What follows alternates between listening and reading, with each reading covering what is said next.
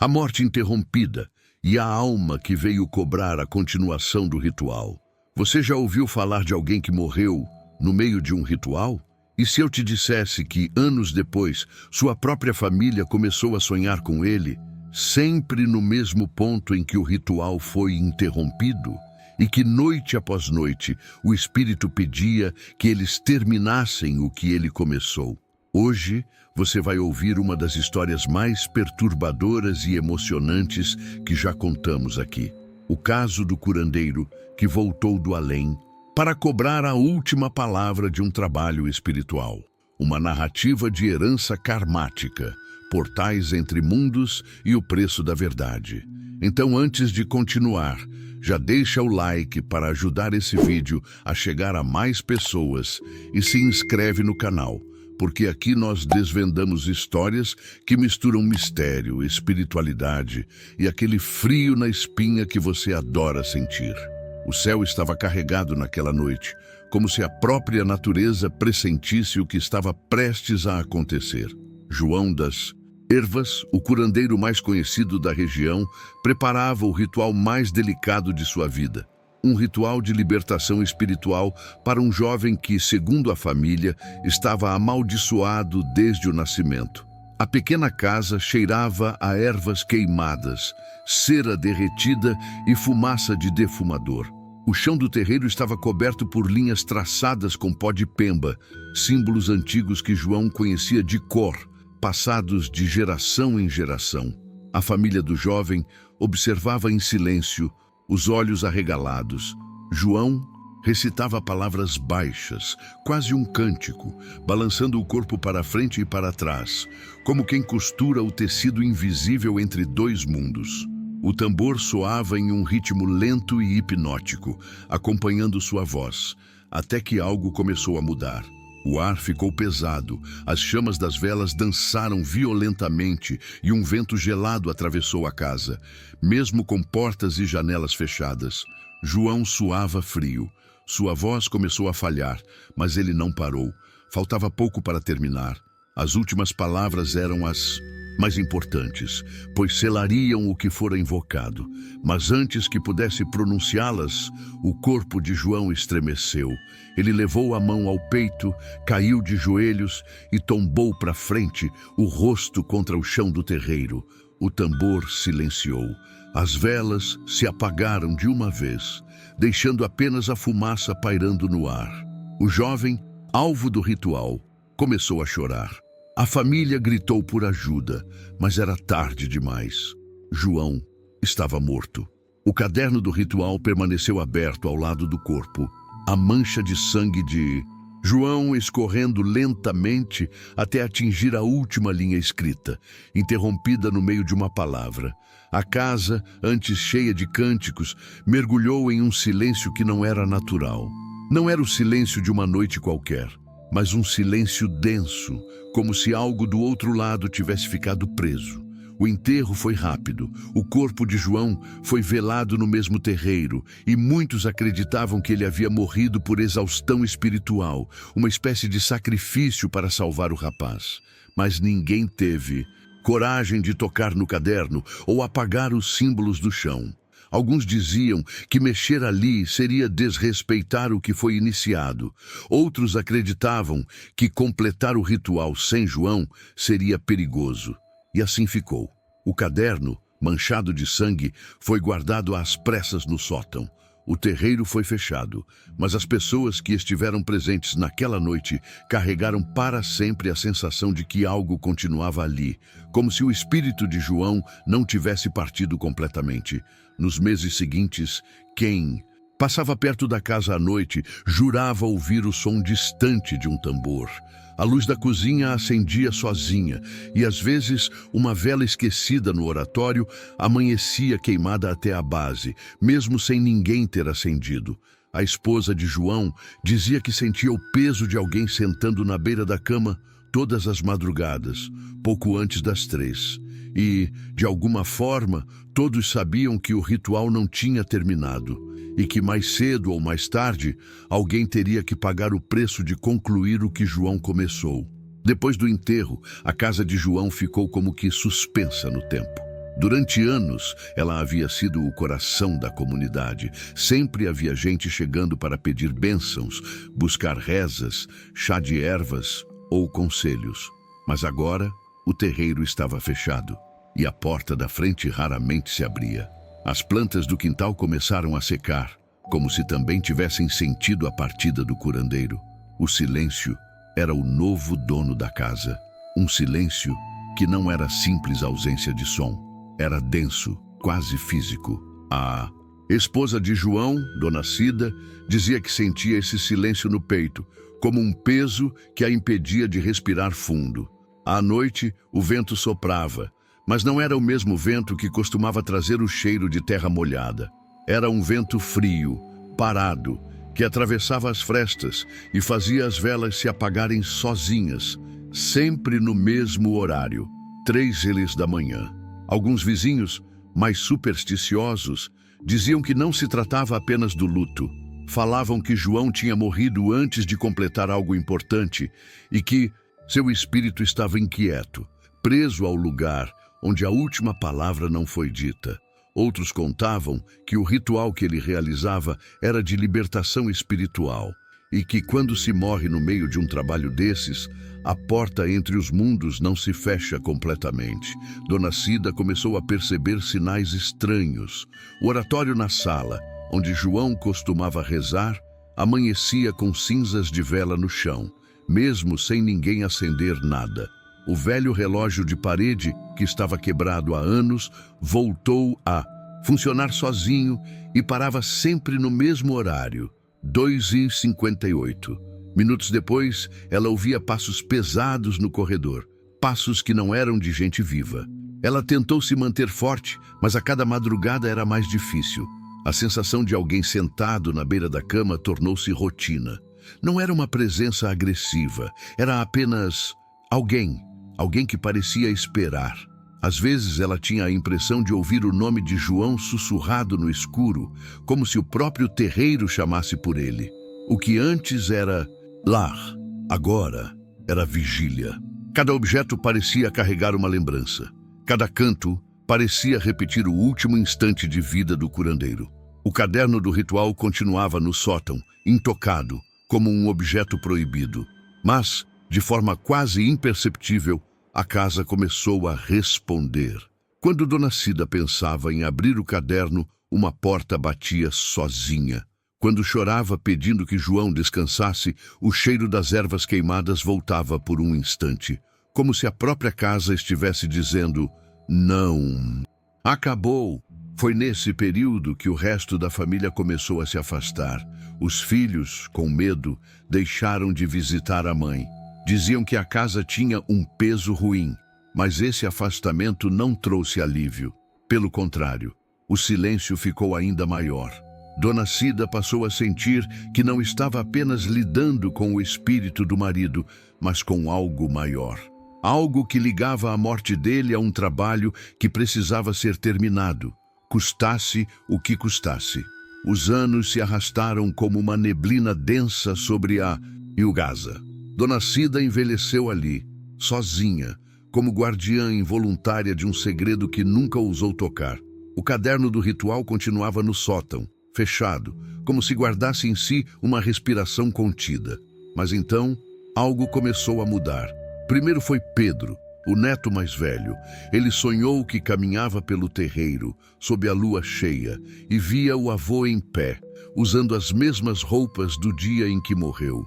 João estava pálido, mas sereno. O curioso é que no sonho o terreiro estava limpo, com as velas acesas, e o pó de pemba desenhando símbolos perfeitos no chão, como se o ritual tivesse sido retomado. Quando Pedro tentou se aproximar, o avô ergueu a mão e sussurrou uma única palavra: continuem. Pedro acordou suando, com o coração disparado. Não contou nada no primeiro dia, achando que era apenas saudade do avô. Mas na semana seguinte, Ayla, a prima dele, sonhou com a mesma cena. E depois, outro primo. Até que, num almoço de domingo, todos se deram conta de que estavam tendo o mesmo sonho, com a mesma palavra repetida. O mais perturbador era que a cada vez que sonhavam, a sensação era mais vívida. O cheiro de ervas queimadas ficava impregnado nas roupas ao acordar. Um dos primos chegou a sentir cinzas na palma da mão ao levantar da cama. As crianças menores começaram a chorar à noite, dizendo que o vô João está chamando lá fora. Dona Cida, que já havia se acostumado com a presença silenciosa, agora começou a temer algo maior. Não era apenas a alma do marido que se manifestava, era o próprio ritual, chamando por um desfecho. Ela lembrava do olhar dele na noite em que morreu, determinado, mesmo quando o corpo já falhava. Ele tinha prometido a si mesmo terminar aquele trabalho. Talvez agora cobrasse a promessa da família inteira. O padrão dos sonhos se intensificou. Em cada sonho, João parecia se aproximar mais. Na primeira vez, ele estava no canto do terreiro. Na última, já estava no centro, sentado exatamente onde caiu naquela noite. E quando Ayla sonhou de novo, viu algo ainda mais inquietante. Atrás de João, uma porta escura se abria lentamente e dela vinha um vento frio que apagava as velas uma a uma. Foi nesse momento que Ayla acordou e pela primeira vez falou em voz alta para todos. Se não terminarmos o que ele começou, algo vai atravessar aquela porta. As palavras ecoaram na cozinha, e por um instante todos ouviram um som que não vinha de nenhum lugar visível. O som do tambor que João usava, batendo lentamente. O recado estava claro. O ritual não apenas queria ser completado. Ele precisava ser completado.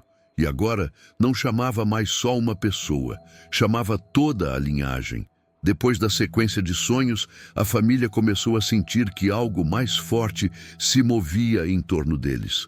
O ar da casa de Dona Cida estava diferente, não apenas pesado, vivo. Era como se a própria estrutura da casa estivesse consciente de tudo o que se passava. As portas rangiam em momentos de silêncio, como se respondessem aos pensamentos de quem ali estava. As lâmpadas piscavam sempre que alguém falava sobre o ritual. E o velho relógio de parede, que havia parado no mesmo dia da morte de João, voltou a funcionar, mas não de forma normal. Agora, parava todos os dias exatamente às 3h, como se fosse um aviso. Foi numa tarde chuvosa que Ayla, impulsionada por uma sensação que não sabia explicar, subiu ao sótão. Encontrou o baú de madeira que todos evitavam abrir. O caderno estava lá, coberto de poeira, a capa endurecida pelo tempo. Quando ela o tocou, sentiu um arrepio percorrer a espinha. Era como se algo tivesse esperado exatamente aquele momento. Ela trouxe o caderno para baixo e colocou-o sobre a mesa da cozinha. Toda a família se reuniu em volta, em silêncio. O caderno estava aberto na mesma página de anos atrás, com a mancha de sangue de João ainda visível. A última palavra escrita estava incompleta. Terminava numa letra que escorria, como se a caneta tivesse caído junto com o corpo dele.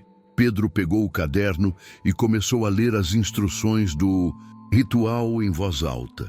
Cada palavra parecia ecoar no ar, fazendo as janelas estremecerem. Era como se o próprio ambiente reagisse à leitura. Quando chegou na parte final, a voz dele falhou. "Está faltando uma palavra", disse ele.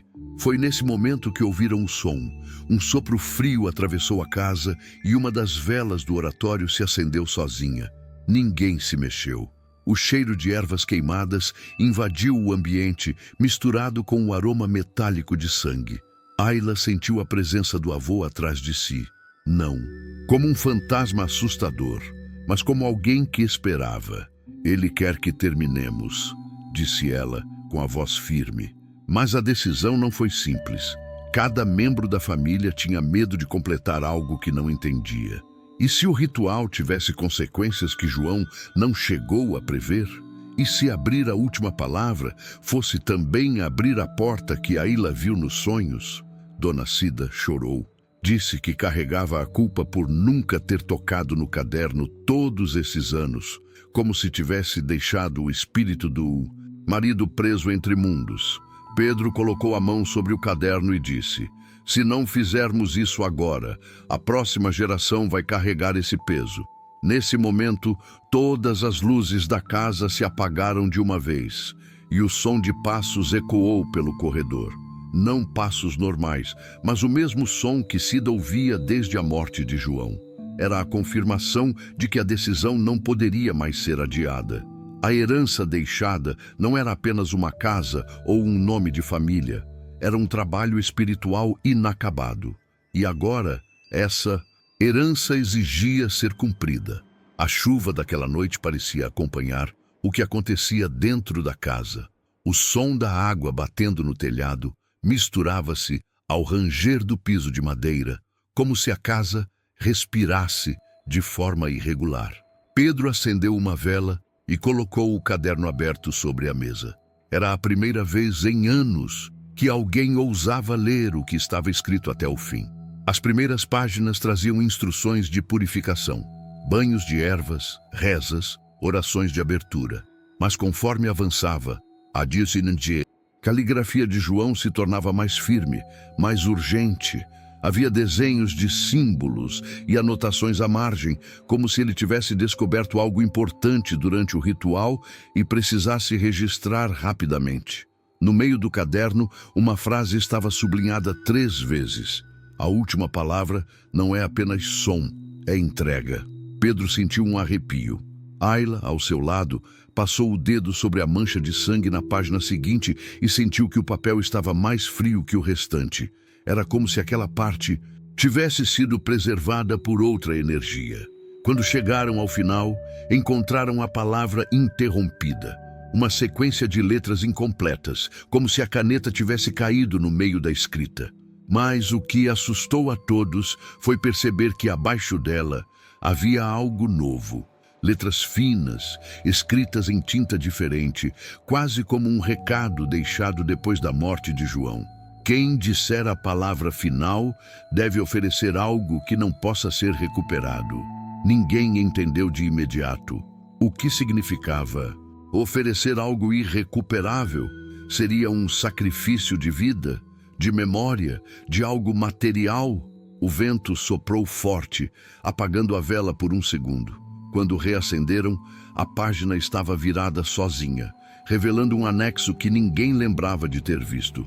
Uma lista de objetos, com anotações ao lado de cada um. Ali estava descrito que o pagamento espiritual poderia ser feito com um objeto carregado de energia ancestral. Algo que tivesse pertencido ao curandeiro ou que carregasse o peso do afeto da família. Dona Cida levou a mão ao peito e retirou debaixo da blusa uma pequena bolsa de couro. Era o patuá de João, que ele usava desde jovem. Ela nunca se separara dele, nem mesmo depois da morte. O silêncio na sala se tornou absoluto. Todos sentiram que aquele era o objeto que o ritual exigia, mas o medo era grande. E se a oferta libertasse algo que estava preso? E se, em vez de selar o ciclo, abrisse ainda mais a porta que Ayla vira no sonho? Pedro fechou o caderno com força. Disse que precisariam decidir juntos. Mas antes que pudessem discutir, ouviram o som, o tambor, vindo do terreiro onde não havia ninguém. O som era lento, compassado, mas claro como se alguém estivesse lá fora, marcando o ritmo da decisão. A mensagem era inequívoca, era hora de terminar o que foi começado. O som do tambor ecoou por toda a casa, como se o terreiro tivesse voltado à vida por conta própria. Nenhum deles ousou se aproximar da janela. O barulho vinha de um lugar onde não havia ninguém, mas cada batida parecia um chamado. Pedro sentiu que, se não respondessem, algo pior aconteceria. Na manhã seguinte, reuniram-se novamente na cozinha, a mesa ainda com o caderno aberto. O cheiro das ervas queimadas parecia ter impregnado o ar. Não era mais um resquício de memória, era recente, como se alguém tivesse preparado um defumador invisível durante a madrugada. Se ele morreu para salvar alguém, precisamos honrar isso, disse Pedro, olhando para cada um. Se não terminarmos, é como se o sacrifício dele tivesse sido em vão. Ayla concordou. Disse que o sonho da porta aberta continuava voltando, cada vez mais nítido. Agora ela via sombras tentando atravessar o limiar. Se o ritual não fosse concluído, algo passaria. E não seria apenas o espírito do avô. A discussão foi longa. Havia medo, havia raiva. Alguns queriam chamar um padre, outros sugeriram queimar o caderno. Mas no fundo, todos sabiam que não havia escolha. O que estava acontecendo não era um simples assombro. Era uma cobrança. À noite, Pedro foi ao terreiro pela primeira vez em anos. Limpou o espaço, varreu o chão, reacendeu as velas. Cada passo era acompanhado por um arrepio que subia pela espinha, mas também por uma estranha sensação de paz. Como se alguém aprovasse o que ele estava fazendo. O caderno foi colocado no centro do terreiro, junto com o patuá de João.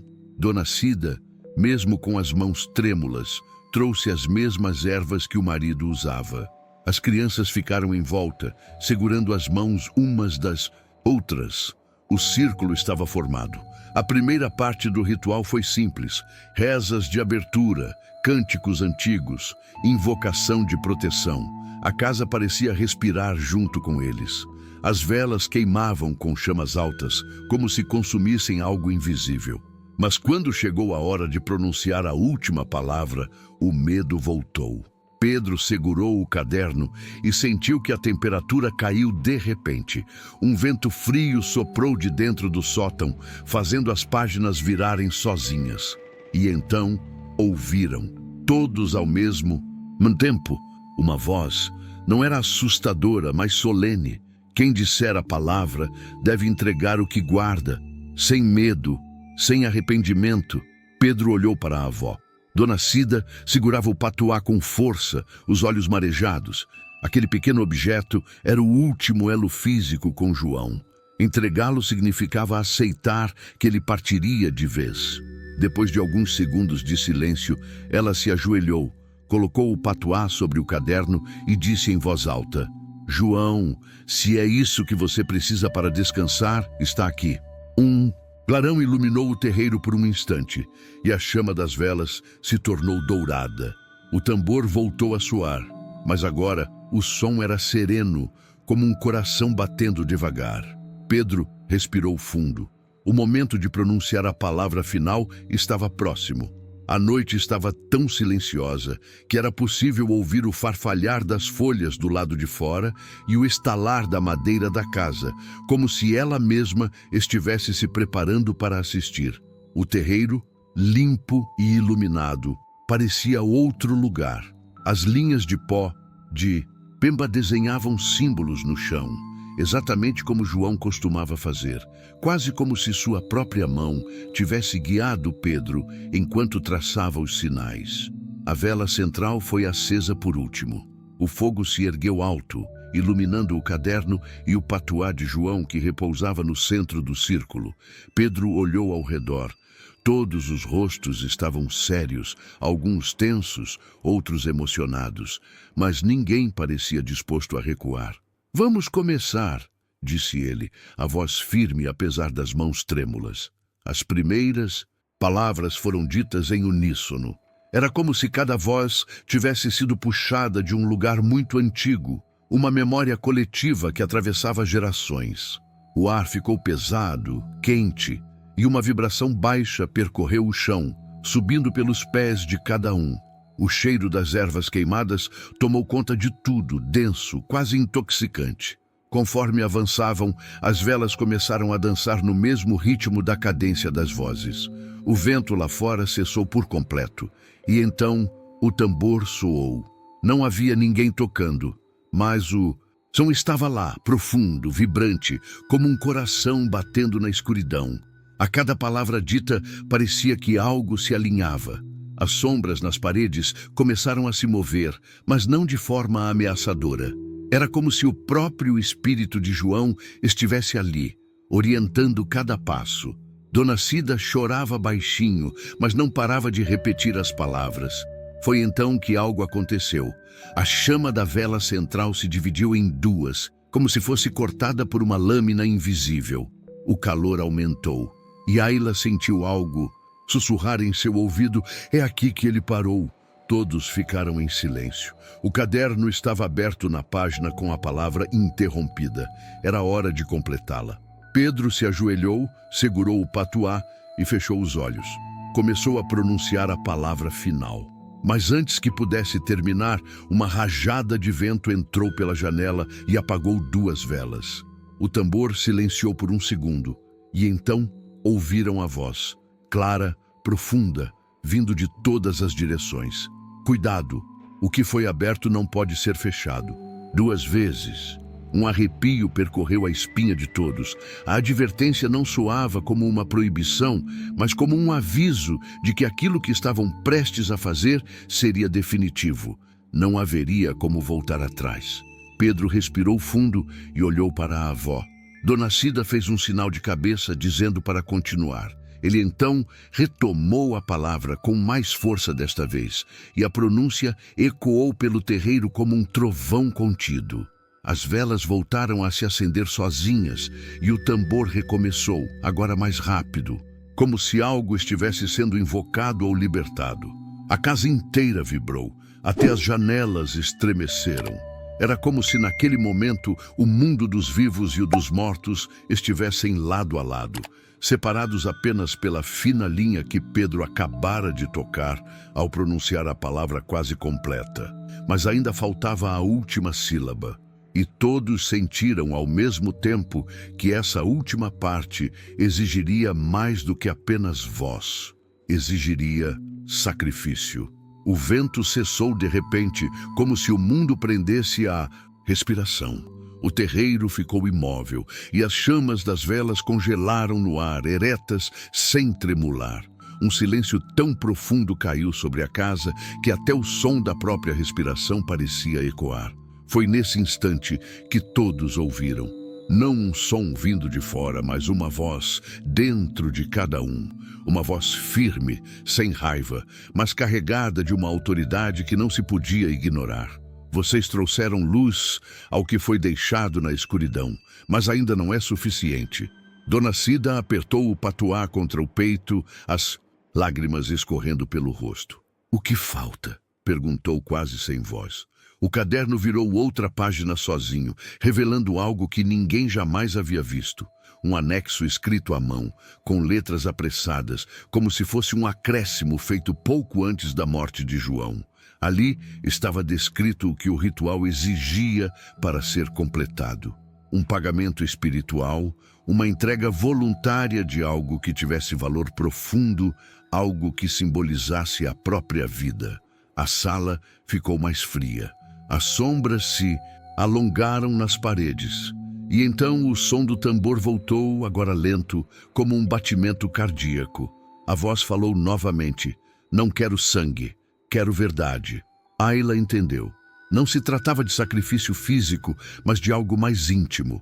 O ritual exigia que alguém entregasse uma parte de si que não pudesse ser recuperada. Uma memória, um objeto, um segredo guardado com tanto cuidado que se tornara parte da identidade da pessoa. Pedro foi o primeiro a se levantar. Abriu a mochila e tirou um envelope amarelado. Cartas antigas que João havia lhe escrito quando criança. Colocou-as no centro do círculo. Estas são minhas lembranças dele. Eu as guardo desde pequeno. Mas se é isso que vai libertá-lo, que sejam levadas. A chama de uma vela se apagou sozinha, como se algo tivesse sido aceito. Ayla se aproximou. Pegou seu diário, onde havia escrito todos os sonhos que tivera desde o início. Era seu objeto mais íntimo. Colocou ao lado das cartas. Eu também. Que meus sonhos se tornem parte do caminho dele. Dona Cida hesitou. O patuá ainda estava em suas mãos. Era o último elo físico com João. Mas ela sabia que não havia escolha. Com as mãos trêmulas, o colocou sobre o caderno e disse em voz alta: João, você foi meu marido, meu companheiro, meu tudo. Se esta é a última coisa que eu posso te dar, que vá com você para onde quer que esteja. As velas se acenderam em chamas douradas e o tambor bateu 3 vezes, rápido, como se confirmasse que a oferta estava completa. Foi então que a figura dele apareceu. não como sombra, mas como forma plena, translúcida, luminosa, o rosto sereno, os olhos cheios de uma paz que não tinha no dia de sua morte. Agora podemos terminar, disse a voz, desta vez com os lábios de João se movendo. O terreiro inteiro pareceu pulsar, e todos sentiram que aquele seria o momento mais decisivo de suas vidas. Pedro se ajoelhou e respirou fundo. Restava apenas a última sílaba, mas sabiam que, ao pronunciá-la, algo seria selado para sempre. E não havia volta. O terreiro estava em silêncio absoluto. A figura de João permanecia de pé no centro do círculo, o corpo translúcido irradiando uma luz pálida, quase dourada. Era a primeira vez que todos podiam vê-lo, não apenas sentir sua presença. Não parecia um fantasma, parecia inteiro, como alguém que havia esperado anos para estar ali. Pedro se ajoelhou diante dele. O caderno, o patuá e as cartas estavam no chão, e a chama das velas se elevava mais a cada segundo, iluminando a sala como se fosse dia. O tambor soava sozinho, mas agora estava mais rápido, acelerado, como um coração prestes a explodir. A palavra incompleta estava ali, diante dele. Era só pronunciar, mas Pedro sentia o peso dela como se fosse uma montanha sobre seu peito. Sabia que aquela última sílaba não era apenas um som, era uma escolha, uma porta que seria aberta ou fechada para sempre. Está pronto, disse a voz de João, serena, mas firme. Pedro fechou os olhos. Sentiu o toque frio no ombro, uma mão invisível, mas real. E então, com toda a força da sua voz, completou a palavra. No instante em que o som ecoou, as velas explodiram em claridade. O chão vibrou, como se a casa inteira respirasse pela primeira vez em anos. O vento invadiu o terreiro, mas não era frio.